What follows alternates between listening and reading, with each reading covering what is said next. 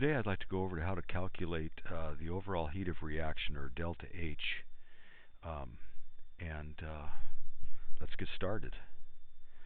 Okay, first of all, um, I'm going to put a little table of what are known as heats of formation or enthalpies of formation on here. This basically just tells us if we wanted to form, for example, NH3 or ammonia from its basic elements, it would give off 46 kilojoules for every mole of ammonia that's formed. Okay? What if we wanted to if we wanted to figure out the amount of heat given off in forming oxygen gas? Well, it turns out that it wouldn't take any amount of heat, since oxygen gas is already in its elemental state. How much energy would it take to produce nitrogen dioxide gas from its basic elements of nitrogen and oxygen? Well, we'd have to put in 34 kilojoules for every mole. What if we wanted to make a mole of liquid water from hydrogen gas and oxygen gas from its pure elements? Well, that process would give off 286 kilojoules. How about if we wanted to make methane gas from its pure elements? Let me write that over here so you understand what I'm talking about. So if we want to make methane gas from its pure elements would be carbon and hydrogen gas. Those are the pure elements, and we want to form methane. Remember, this is a table showing heats of formation of these things. So that would be, the methane would be on the right hand side, CH4. So if we want to make CH4, or form that from its basic elements, we look here and we see negative 75 kilojoules per mole. So that means that negative sign means it's going to be exothermic. So that means that we'll get 75 kilojoules released when 1 mole of methane is produced. Now I need to balance this equation here. I need to put a 2 here. Okay, I could write it this way, or I could write that delta H, heat of formation, I'll put a little sub F there, which means the heat of formation, would be equal to negative 75 kilojoules. And then I could just circle it. So that either this way or writing it like that would be fine. If we want to think in terms of an potential energy diagram, if we have the bond energy here, the potential energy stored in the bonds, for this particular reaction, since it's exothermic, that means the reactants, the carbon and the 2 molecules of hydrogen up here, those are the reactants,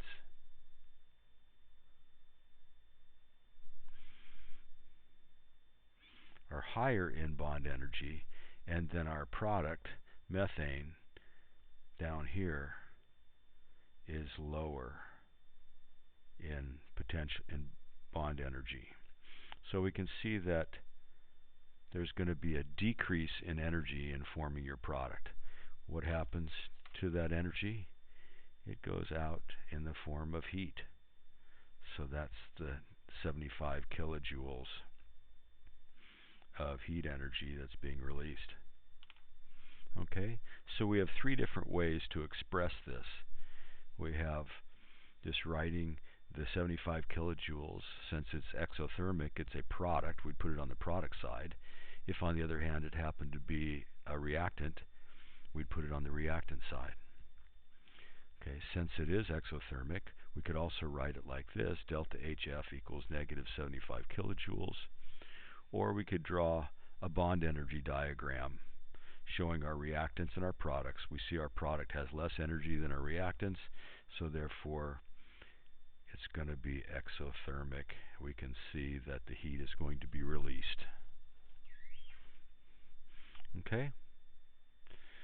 Now let's take another one. What if we wanted to what's the heat of formation for, let me find something that would be, well, let's use the NO2 since that one's positive. Okay, let's try that one. If we want to make NO2 gas from its basic elements, which would be nitrogen gas and oxygen gas, we see that, right? How much per mole would be involved there? How much energy?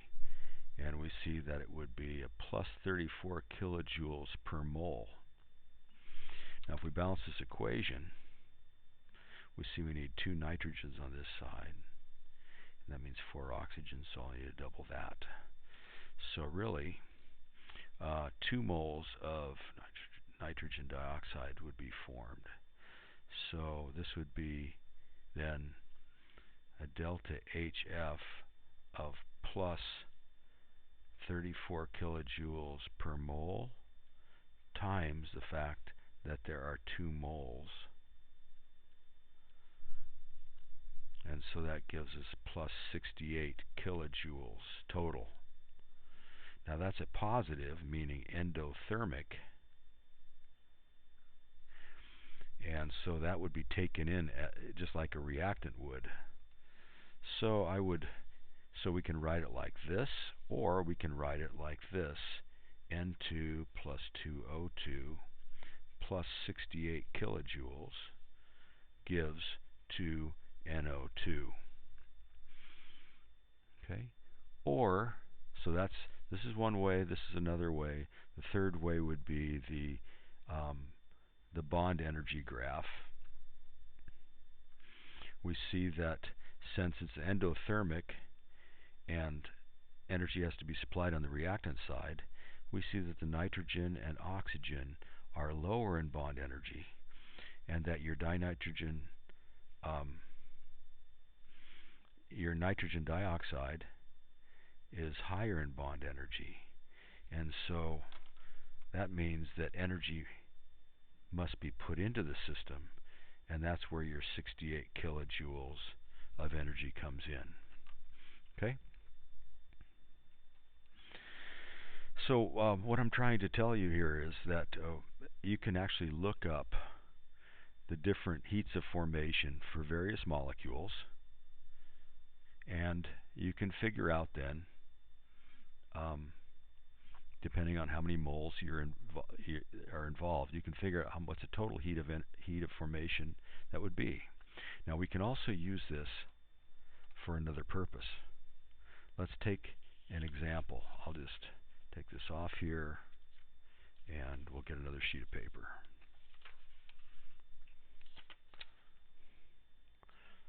Let's do an example. Let me get this centered. Okay. What if we have this reaction? 4 NH3s, or 4 ammonias, reacting with 7 O2s, produce 4 NO2s and 6 H2Os. And we want to find out what the heat of reaction is for this particular reaction. Okay, can we use this table of values to help us here? And the answer is yes. Because what we can do is we can think about this reaction here as being made up of 3 smaller reactions. Okay, so let's think of this reaction as being made up of 3 smaller reactions that are represented up here in the table. Well, what would those be? So the 3 smaller reactions would be something like 4 NH3 gives 2 N2 plus 6 H2. Okay. And another one would be 2N2 plus 4O2 gives 4NO2. Oops, NO2. And then another one would be 6H2 plus 3O2 gives 6H2O. Now, I probably should have just put the terms in and then balanced them later, but I just wrote in the balancing as I automatically. You would probably just say, okay, N2 plus O2 gives NO2, and then balance it. H2 plus O2 gives H2O, and then balance it. Anyway, if you take these three reactions and add them together, what do we get? Well, we can see that we have two N2s on this side and two N2s on that side, so they will cancel. We have 6 H2s on the right on this first equation, and we have 6 H2s on the left of the third equation. Those will cancel. Okay. And we see we can combine the 4 O2s and the 3 O2s. And so what we end up with is we end up with 4 NH3 plus 7 O2s gives 4 NO2s and 6 H2Os, just like our original equation had. So if we look at this chart here and pick out the little reactions of formation from that chart, each one of those has a certain value of kilojoules per mole associated with it. So for example, let's take a look at our first little small reaction, number 1. That would be NH3. So we look up here on the chart and we see that NH3, the heat of formation for that is negative 46 kilojoules. But is this being formed in this example? No, it's being broken down. It's the opposite. So instead of a negative 46, we will put a positive 46 there. So plus 46 kilojoule per mole, but there are 4 moles, so we need to multiply by 4. Okay, so what is that? That's equal to plus 184, positive 184 kilojoules. Let's take the second reaction from this table. Now this is actually this is forming NO2, so we can use the value given in the table as is. So the value as is a plus 34 kilojoules per mole, but we end up with 4 moles of that, so I'll multiply by 4 moles. The moles will cross cancel. I forgot to show you that up here.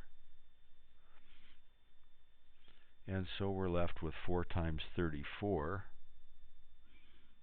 okay, or plus 136 kilojoules. Okay, let's look at the third little reaction that was found on this table.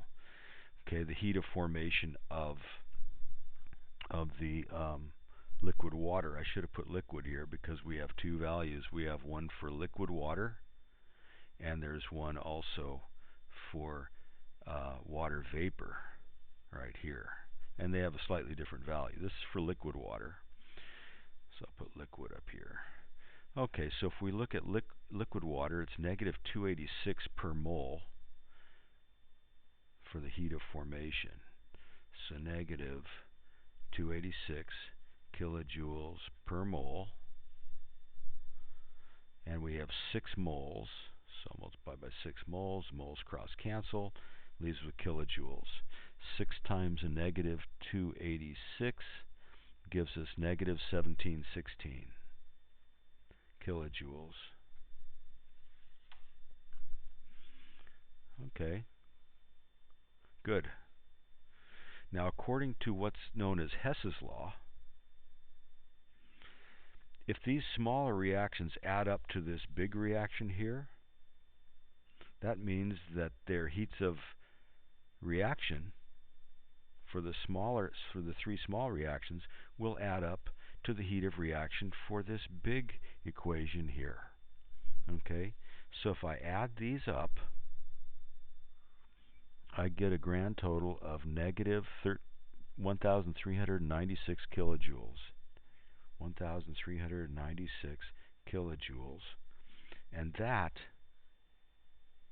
is the heat of reaction for this reaction that's circled. Okay?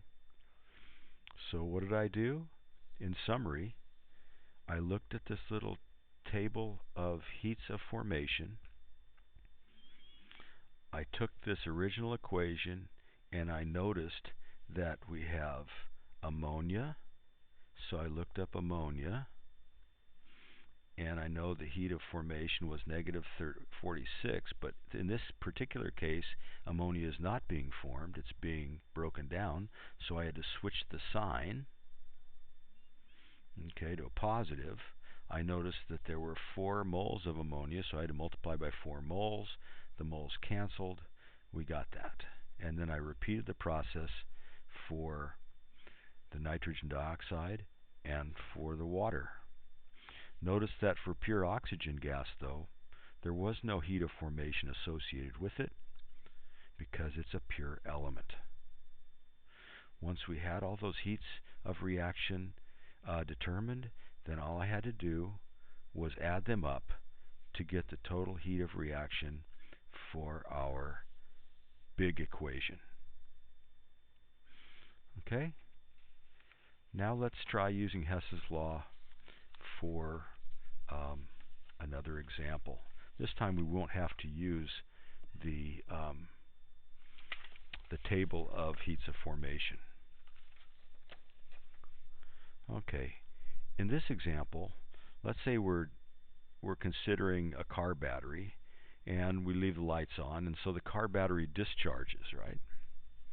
And what we want to do is find the heat of reaction for the above. In other words, we want to find delta H for this big reaction up here.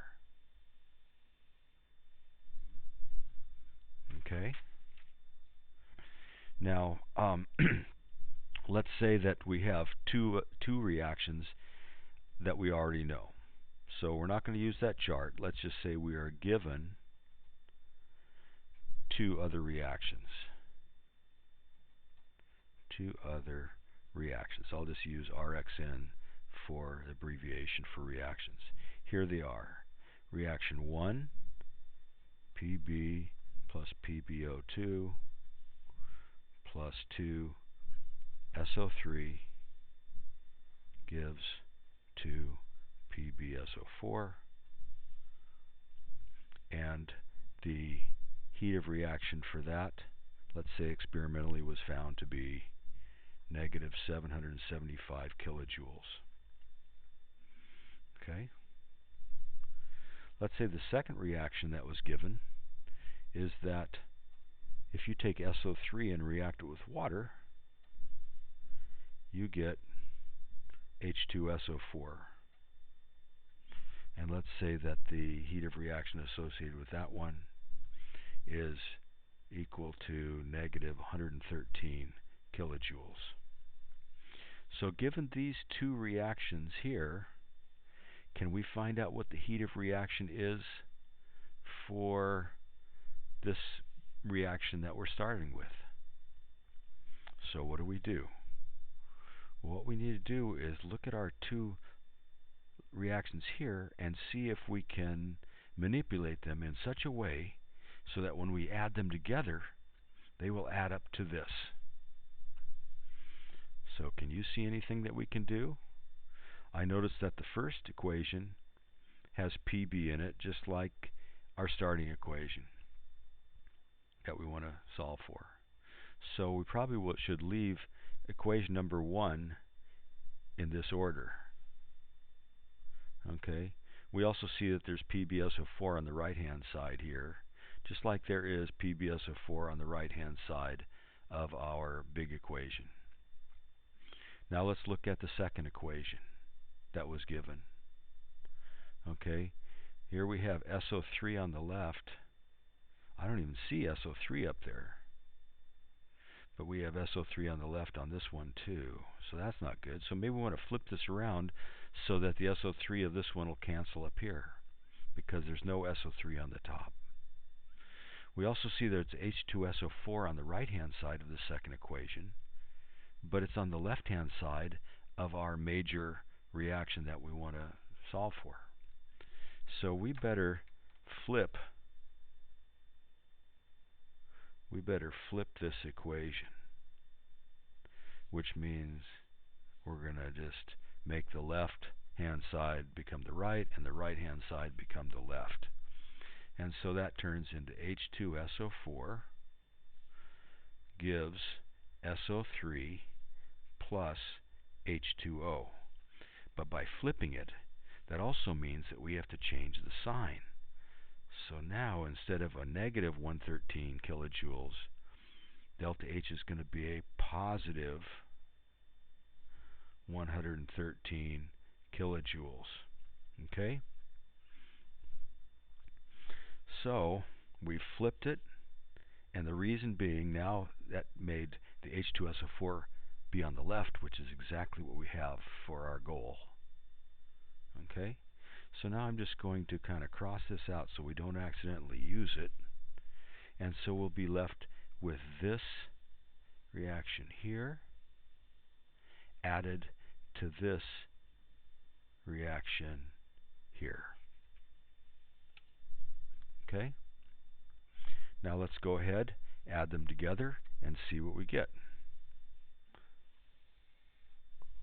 Okay, so plus. So this plus this. Okay, so we end up with Pb plus PbO2 plus 2SO3 plus H2SO4 right here equals 2PbSO4 plus SO3 plus H2O. Oops. Did I balance the equations? Uh-oh. Let's see. Oh, good. This one was already balanced. Whew. And this one was already balanced. Okay, good. Make sure you balance the equations before you do this step. I lucked out. They were already balanced. Okay. So anyway, so I added these two equations. And remember, according to Hess's law, when you add the equations up, you can also add the heats of reactions of the little mini equations. Now let's see what we can do to simplify this. I see two SO3s on the left, and I see just an SO3 on the right. Okay, actually, you know what? I didn't balance it yet. I need to go back and do that. I'm sorry about that, guys. I need to put a 2 here, a 2 here, and a 2 here. I mean, it was balanced, but I need to multiply by 2 so that we end up being able to cancel our SO3s out. So be careful. Make sure you do that. Sorry about that, guys. Hope I didn't confuse you too much. So that means then that we have 2 SO3 on the right here, and we have 2 waters on the right. Okay? So make sure you pay attention to that. Okay, so now we can see that we have 2 SO3s on the left and 2 on the right. So we can subtract 2 SO3s from both sides, and so those cancel out. Okay? Everything else looks like it's going to remain, so we end up with Pb plus PbO2 plus, oops, I forgot to put the 2 in there too, right? Sloppy work. Okay, plus 2H2SO4 gives 2 PbSO4 plus 2 H2O. And that is exactly what we have up here. Okay? But how do we find out what this heat of reaction is? We have to add this heat of reaction here plus, and let's see, I need to multiply this one by 2, don't I? Because I multiplied each term by 2. So that would be 226 kilojoules for this one. So let's go ahead and do that. So we have negative 775 kilojoules plus a positive 226 kilojoules. Let's get the old calculator out.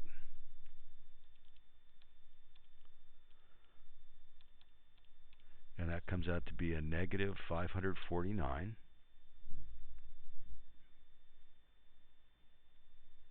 kilojoules of heat of reaction for this reaction here. Thanks a lot, everybody. Sorry for the mix-up.